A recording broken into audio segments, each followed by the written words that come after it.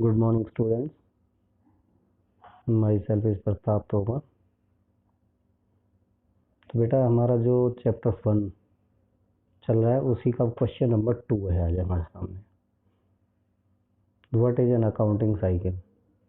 इस प्रोसेस को अब आराम से धीरे धीरे सीखें कि अकाउंटिंग साइकिल का मतलब आपको पता है कि एक चीज़ जहाँ से स्टार्ट होती है वहीं आकर दोबारा से एंड हो जाती है, फिर वो दोबारा स्टार्ट होती है, फिर एंड हो जाती है। तो ऐसे ऐसे घूमते घूमते जब चलती है कोई चीज़ तो उसे हम क्या कहेंगे, साइकिल कहते हैं। तो अकाउंट्स में भी एक साइकिल है। कैसे? Summarising is the art of presenting the classified data in a manner which is understandable and useful to management. सीधा सीधा लॉजिक यही है कि अकाउंट्स में हम जब समराइज करते हैं वो एक आर्टिस्टिक तरीका होता है किसी चीज़ को समराइज इकट्ठा करना, इस तरह से फिर उसको आगे प्रेजेंट करना क्लासिफाइड फॉर्म में अलग अलग करके, जिससे वो सामने वाले को समझ भी आए और उससे कोई डेरिवेशन निकाल सके। ये डेटा मैनेजमेंट के लिए काम आता है। बहुत और भी कई इसके इंटरनल एक्सटर्नल यूजर्स होते हैं, उनके लिए ये काम आता है। अदर यूजर्स सच डाटा, अदर यूजर्स यानी इंटरनल यूजर और एक्सटर्नल यूजर।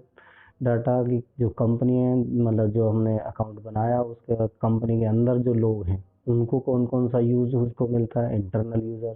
कंपनी के बाहर कौन कौन से लोग होते हैं जिनको उस डाटा की जरूरत होता है, एक्सटर्नल यूजर।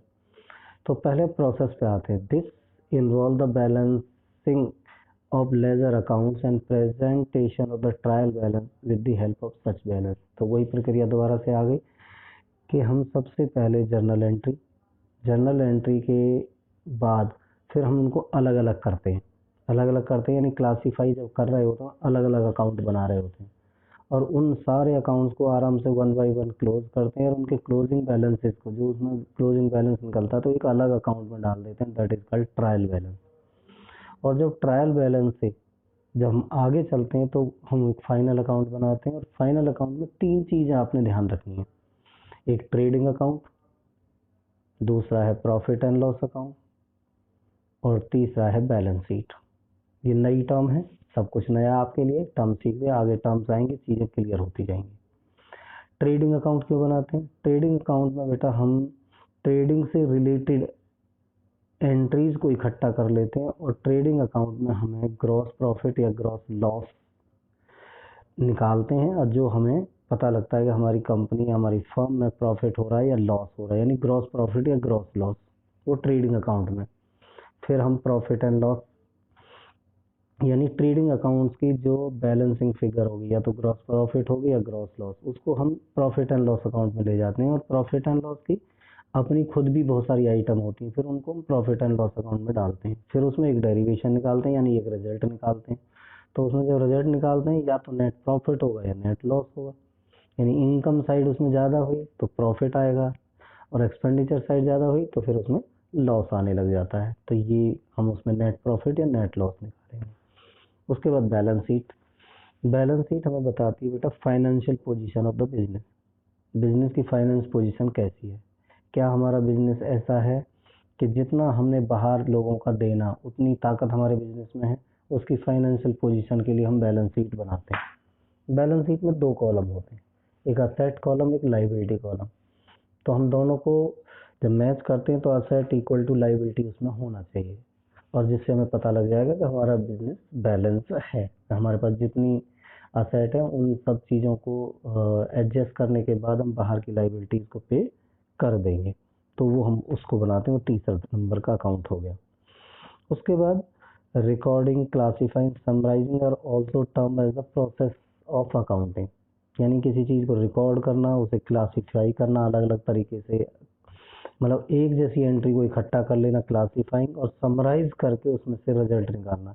यदि इन तीनों स्टेप को एक साथ कर रहे होते तो हम प्रोसेस ऑफ अकाउंटिंग करते हैं। प्रोसेस ऑफ अकाउंटिंग का मतलब क्या है कि ये हर साल ये प्रोसेस होता है। जब फाइनेंशियल ईयर स्टार्ट होता है तब ये स्टार्टिंग होता है और 31 मार्च हर साल ये क्लोज हो जाता है। इंडिया में 1 अप्रैल से स्टार्ट करते हैं और 31 मार्च को क्लोज करते हैं। तो ये अकाउंटिंग जो प्रोसेस है वो पहले जर्नल एंट्री, उसके बाद ledger posting, followed by trial balance, followed by final account, और उसके बाद ये प्रोसेस फिर दोबारा से अगले साल स्टार्ट होता बेटा।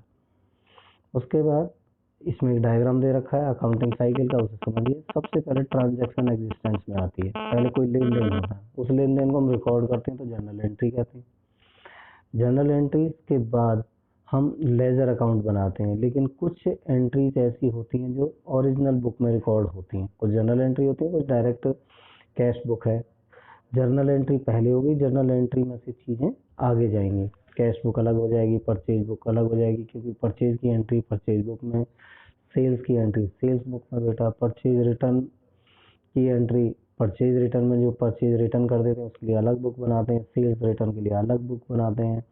बिल्स रिसीवेबल बुक और बिल्स पेएबल बुक, ये दो बुक और बनती हैं, आगे समझेंगे कि ये क्या बुक होती है, इनमें क्या क्या रिकॉर्ड होता है।